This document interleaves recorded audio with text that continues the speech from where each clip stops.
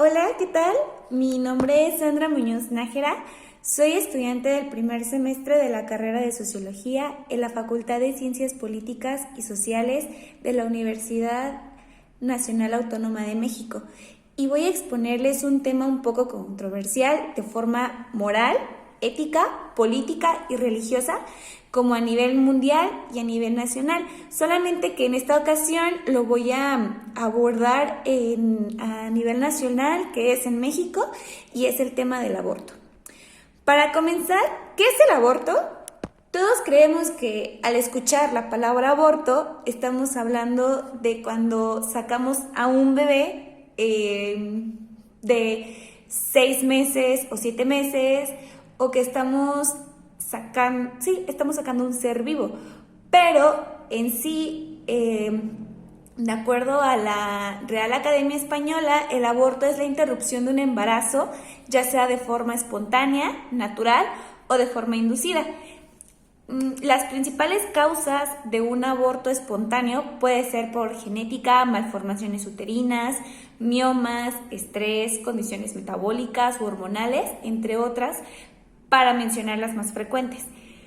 Pero hablar sobre la interrupción legal del embarazo de forma inducida es un poco complicado, porque en ocasiones la vida de la madre corre peligro o simplemente deciden ejercer su derecho a decidir sobre su cuerpo.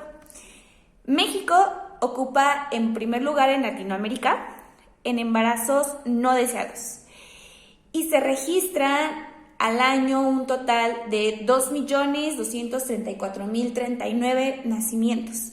De estos, alrededor de 390.000 los tuvieron niñas de entre 10 y 19 años, aunque ya se notifican datos de niñas de 9 años. El embarazo entre los 10 y 14 años frecuentemente es la consecuencia de violaciones por parte de parientes o gente muy cercana, y son casos que no se denuncian. Se trata de un nacimiento de 28 bebés no deseados al día.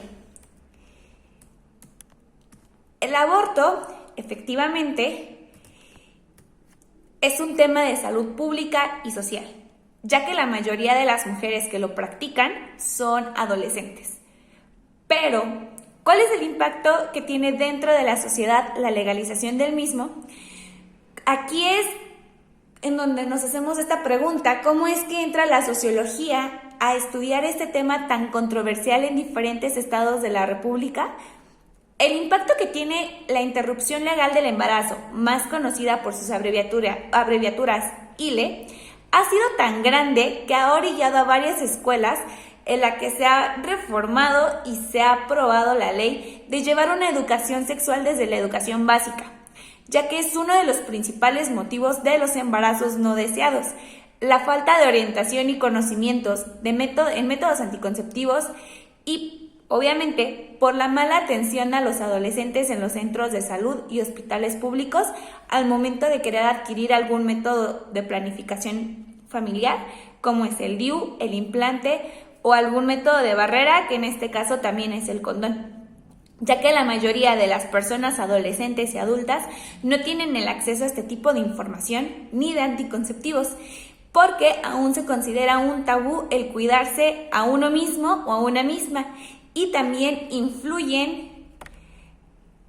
las creencias religiosas y la moral, debido a que somos un país donde el machismo es demasiado predominante a pesar de estar en el siglo XXI. En México, este pensamiento ha estado demasiado arraigado, ya que en la actualidad aún existen lugares en donde se venden o cambian a las mujeres por ganado, comida, tierras o alguna otra cosa material. También cabe destacar que con la ILE se ha visibilizado la problemática que hay dentro de nuestro país, que son las violaciones a menores de edad e incluso el maltrato que sufren las mujeres casadas o en unión libre, ya que se crea un vínculo con su agresor, en donde ellas toman el papel que es de sumisas y hacen lo que el hombre desea, debido al miedo que él mismo les ha provocado. Aquí es donde ocurren la mayoría de los abortos, pero no de forma inducida por medicamentos, sino de forma espontánea. En caso de ser un adolescente que aún no ha llegado a su madurez sexual, un embarazo puede ser de alto riesgo, tanto como para la salud física como para la emocional, y también afecta la salud del producto, de ser un caso donde existe violencia intrafamiliar. La cuestión de estrés y depresión puede causar pueden causar un aborto espontáneo. Gracias a la aprobación de esta nueva ley en 5 de los 32 estados de la República, que son Hidalgo, Oaxaca, Chiapas, Ciudad de México, Veracruz y Coahuila, podemos observar un gran avance en la equidad de género y la libertad de los derechos humanos y reproductivos. Poco a poco, las mujeres se van dando cuenta y están generando redes de apoyo o acompañamiento para apoyar a otras que se encuentran en situaciones complicadas y no tienen acceso a una clínica de ILE, o en su estado aún no se legaliza. Dentro de estas redes de acompañamiento encontramos diferentes colectivas feministas como Michis Aborteros, Aquelarre Cihuacóatl, Marea Verde, Las Brujas del Mar, entre otras. Todas estas están ubicadas en la Ciudad de México y en el estado de Hidalgo. Tienen sus páginas en Facebook en donde tú puedes contactarlas y ellas te van a dar un asesoramiento de acompañamiento para tu interrupción del embarazo. De la misma forma, crean talleres sobre educación sexual. Y otras que están dentro de la Ciudad de México y son de manera gratuita o tienen precios demasiado accesibles es la Fundación Mary Stopes, Gine Mujer, en la que aparte de brindar el servicio, dan una orientación psicológica y de planificación familiar. ¿Cómo es que la sociología puede estudiar el aborto?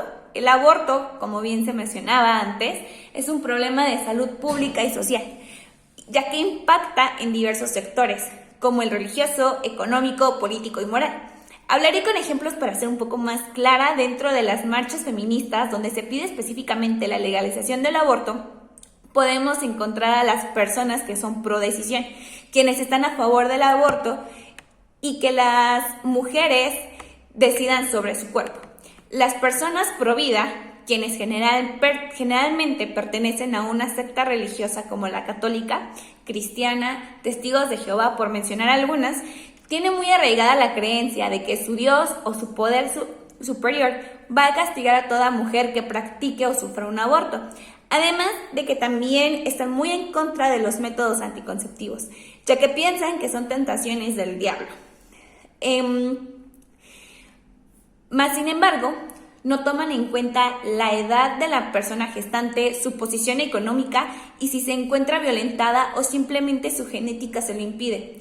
También encontramos hombres y mujeres que hablan dentro de su privilegio, ya que los embarazos no deseados tienen mayor impacto en una clase social baja a muy baja.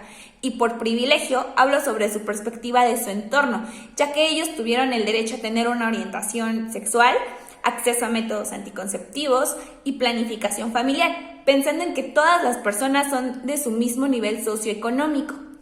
Es de suma importancia estudiar este tema más a fondo y poner atención en los sectores vulnerables. Empezar a trabajar en conjunto con los diversos organismos de salud pública. Educar médicos que realmente sirvan a su profesión, al ser humano, ya que podemos encontrar personas que ejercen la medicina y anteponen sus creencias religiosas y morales y no le practican a las mujeres o personas gestantes un aborto. Entonces, tenemos que dejar de estigmatizar el aborto porque, a mi punto de vista, no todos tenemos la posibilidad de adquirir un anticonceptivo. No todos tenemos la posibilidad de recibir educación sexual gratuita.